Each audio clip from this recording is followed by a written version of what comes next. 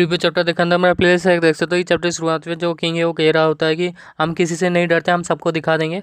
कुछ लोगों ने बहादुरी दिखाई, इसी वजह से काफी लोग बच गए। उनकी मदद से हमारा जो जमीन है हमने फिर से बचा लिया। काल सोचता ही लगता है मैंने किंग के आंखों में देखा। काल ये बता रहा होता है कि सन गॉड से उन्हें ब्लेसिंग मिला है। काल ड्रैगन के साथ बातचीत कर रहा होता है। ड्रैगन भी कहता है मैंने तो इस तरह का जो पावर है उसे महसूस तो नहीं किया उस इंसान से, सिर्फ क्राउन प्रिंस थोड़ा सा स्पेशल है। काल सोचता तो फिर रॉयल फैमिली को सन गॉड से ब्लेसिंग नहीं मिला है, ये और एक सच्चाई है और मुझे इस तरह से दिखाना है जैसे मुझे कुछ भी नहीं पता है।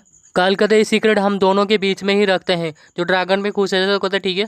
काल कहता किया हुआ यंग मास्टर भेसन। काल सोचता भेसन से वो भी यहाँ पे है। ज्यादातर जो नोबल है अपने घर वापस चले गए हैं टेररिस्ट के अटैक से, पर हर रीजन के जो हेड है वो यहाँ पे है। भेसन कहता है मैंने सुना था ऑनर ऑफ मेडल को तुमने मना कर दिए, क्या तुम पछता नहीं रहे हो? कायल उसे कुछ नहीं कह रहा, बस चुपचाप सुन रहा है। सोचता है कि आखिर ये सब मुझे क्यों पूछ रहा है। जो ड्रैगन है वो गुस्से में कहता है मैं उसे मारना चाहता हूँ। साधा जो तुम यहाँ पे मार नहीं सकते उसे। काल कहता है आखिर मैं क्यों पछताऊंगा, जिसका कोई रिकॉर्ड नहीं है उसे भूलना काफी आसान होता है। काल कहता है हम सब यहाँ पे बच गए, इतना ही मेरे लिए काफी है। बेसन कहता है वो ऐसा है। काल कहता हाँ, और ये भी वजह है कि मैं काफी शर्मिला हूँ, मैं सबके सामने आखिर कैसे रिवॉर्ड लेने जाऊँगा।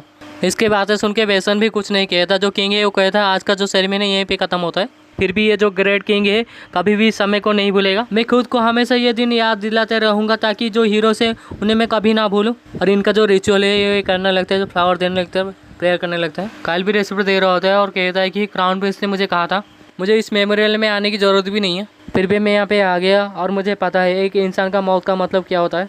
इसका चश्मिश दोस्त कहता है तुम अपने आप को इतना पुश क्यों कर रहे हो, क्या तुम्हारा सिर दुख रहा है? मुझे लगता है ऐसा नहीं है। काल ये बताता है कि क्राउन प्रिंस ने मुझे यहाँ पे गोल्डन प्लेक्यू दिया है और ये मैटर नहीं करता मैं 2 ब्रेड खरीदूँ या फिर 2 माउंटेन। वैल्यू और अमाउंट मैटर नहीं करता, सिर्फ एक चीज़ मायने रखता है कि मैं 2 बार ही यूज कर सकता हूँ। क्राउन प्रिंस सोच रहा होगा आखिर मैं कितना ही खर्च कर लूँगा। अगले दिन जो ड्रैगन है पूछता है आखिर ये किस लिए है। काल भी कहता है मैं इससे वालपुल को डिस्ट्रॉय करने वाला हूँ।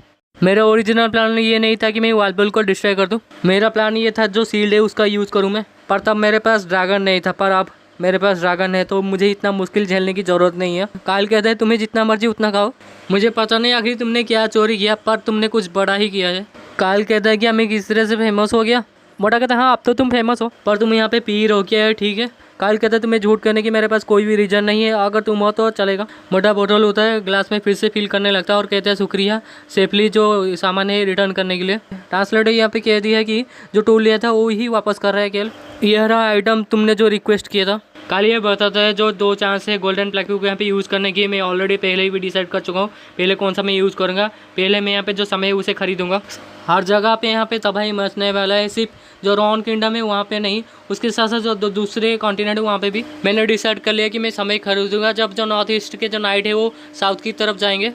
इंपॉर्टेंटली यहाँ पे एम्पायर भी है जो सेंट्रल दूसरे जो नॉर्थन ईस्ट के नाइट के मेज स्लेयर और क्वीन ऑफ द साउथर्न जंगल, इस सबसे बचने के लिए मैं समय खरीदूँगा। अगर मैं अकेला होता तो चलता, पर अभी मेरे पास काफ़ी लोग हैं, मुझे उनका भी ध्यान रखना है। काल कहते हैं बेलोस क्या तुम प्रॉपर्टी भी डील करते हो?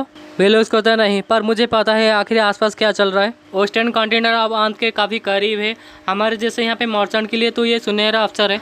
काल कहते हैं मर्चेंट तो हमेशा प्रॉफिट के पीछे भागते हैं, फायदा के पीछे। ऊपर किंगडम में भी गंद मचने वाले हैं, तुम्हें तो ये पहले से ही पता होगा, मैं श्योर हूँ तुम ये अनुमान लगा लिए होगे। मोटा कहते हैं इसी वजह से मैं यहाँ पे सोच रहा हूँ किस तरह से इस जो तबाही से मैं यहाँ पे पैसा कमा पाऊँ।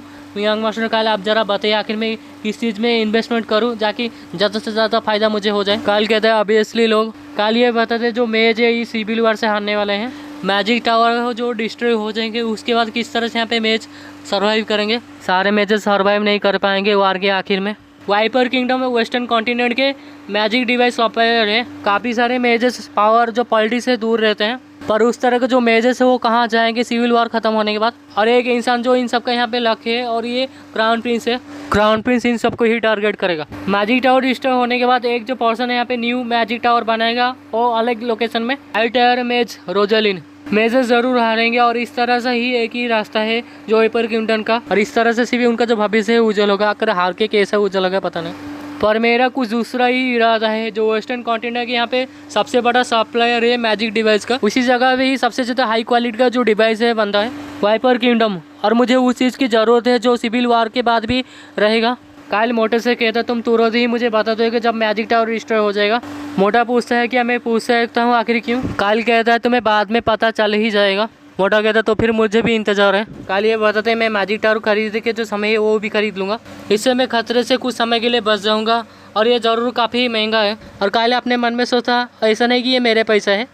ये सब बातचीत होने के बाद कायल भी थोड़ी सी राहत की सांस लेता है, तभी उसे कुछ महसूस होता है और ये कहता है क्या ये क्या है। ड्रैगन कहता है मैं गॉड की पावर सेंस कर सकता हूँ। कायल भी अपने मन में सोचता है वो जो पागल प्रिस्टेस है केज, ये कहती है मुझे पता है आप मुझे पहचान पा रहे होगे यंग मास्टर कायल, ये डॉल मेरे साथ कनेक्ट है और ये जो आइटम है सिर्फ एक ही बार यूज़ किया जा सकता है और सिर्फ बात करने और बात सुनने में।